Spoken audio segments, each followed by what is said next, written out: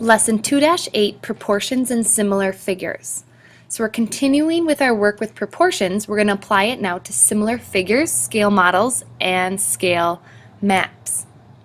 All right, figures that are similar have the same shape but not necessarily the same size. So for example, I could draw a triangle and tell you that it's similar to this one. It has the exact same shape but they're different in size. So knowing this, when you see this symbol that's kind of like a little wave, that means is similar to. So in this diagram below, triangle, that's how we label a triangle, ABC for the points, ABC, is similar, because of that little squiggle, to triangle FGH. Notice that when they talked about that triangle, they said the vertices in the same order. ABC is similar to FGH. So if I asked you, how do you know which sides are similar? Sides of the triangle? AB would be similar to FG. AB would be similar to FG. So they tell you the side lengths in the correct order. All right, so knowing that when they tell you that two triangles or two figures are similar, you can solve for an unknown. I'm going to show you how to do that in 1 second. One more symbol to talk about is congruence. The congruent symbol is the equal sign and then the wave above it. So, in two similar figures, their side lengths might not be the same, but their angles are exactly equal. So the angle right here, which we call angle B, is congruent or the same to angle G. So the side lengths are similar, but the angles are congruent. Congruent meaning the same. So in a problem like this, they'll start by telling you that two triangles are similar. Triangle ABC is similar to triangle DEF. What is the length of DE? So right here, we're looking for that. You're going to solve for an unknown by setting up a proportion, or two ratios that are equal to each other. First, you need to look for two side lengths that you know are similar or correspond. Well, 10 to X I don't have, 16 to 12. So this side length, BC, corresponds with EF. BC and EF. I know that because BC and EF come in the same order. So I know that 16 goes to 12. So I went from the first triangle to the second. So now, my unknown, I know that AB is 10, therefore the unknown is what I don't have. So I set up my proportion. I'm going to do cross products. 120 equals 16x. And when I do the division, I get x equals 7.5. All right, we're going to use this diagram again to do the got it. Use the same figures. What is the distance of AC? Well, I'm going to use the same, kind of like a conversion factor. BC and EF correspond, 16 to 12.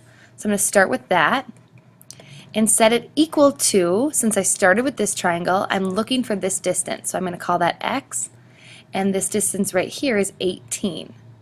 So set up my proportion, 12 times X equals 16 times 18. I get 288. Then I'm going to divide that by 12, and I get X equals 24.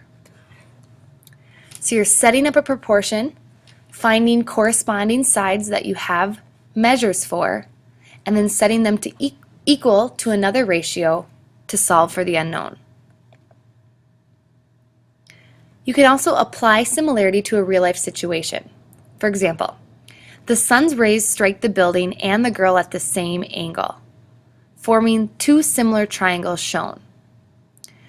So if the sun's shining on the building has a shadow here, and the girl has a shadow here. Her shadow is 3 feet, the building shadow is 15 feet.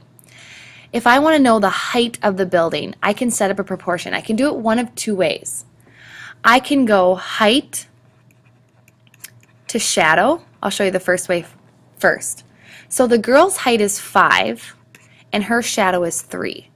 I can set that equal to the building height, which I don't know, to the building shadow, which is 15. If I cross multiply, I get 3x.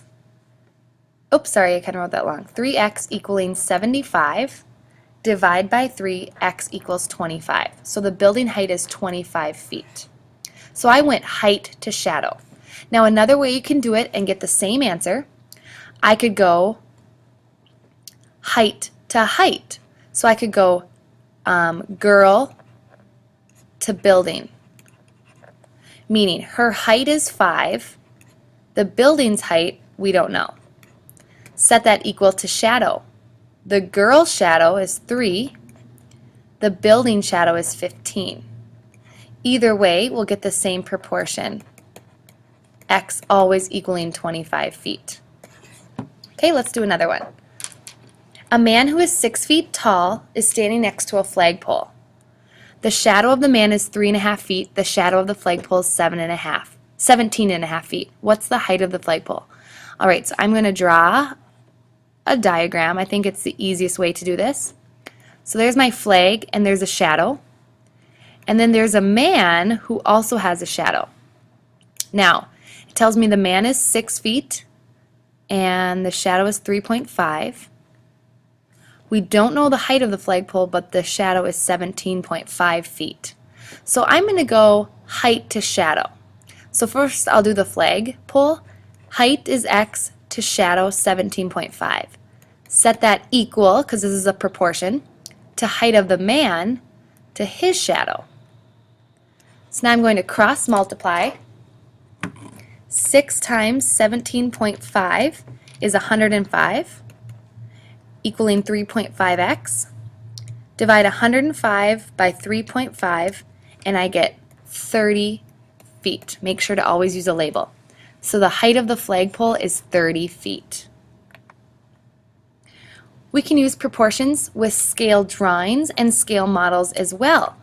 If you're looking at a scale drawing, there should always be a scale given to you. And whenever you find that, you want to write that as your first ratio. 1 inch is to 110 miles. Now, setting that equal to another ratio. What is the actual distance from Jacksonville, right here, to Orlando? Well, we measure with our ruler. It looks like 1.5 inches. So 1.5 inches. I'm putting inches on bottom and I'm solving for miles, the actual distance. So I just set it equal to my scale factor.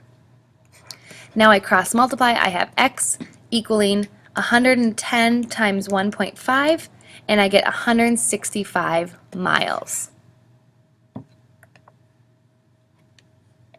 All right, and then I'm going to jump right to a scale model because it's pretty much the same thing as a scale drawing. So in this example, a giant model heart is shown below. The heart is the ideal size for a person who is 170 feet tall.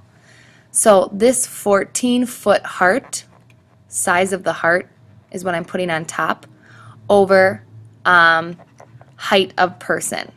So 14-foot heart would be perfect for someone who is 170 feet. We want to know how big the heart should be for a 6-foot tall man. So I have height on bottom, so I'm putting 6 feet here, and we want to know how big that heart should be.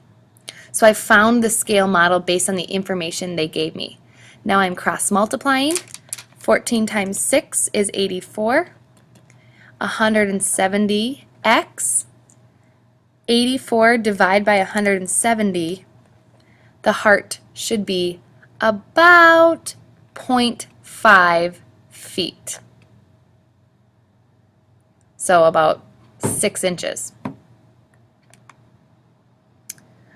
All right, this brings us to our lesson check. You have 3 questions to complete along with your notes, and you can bring these answers to class.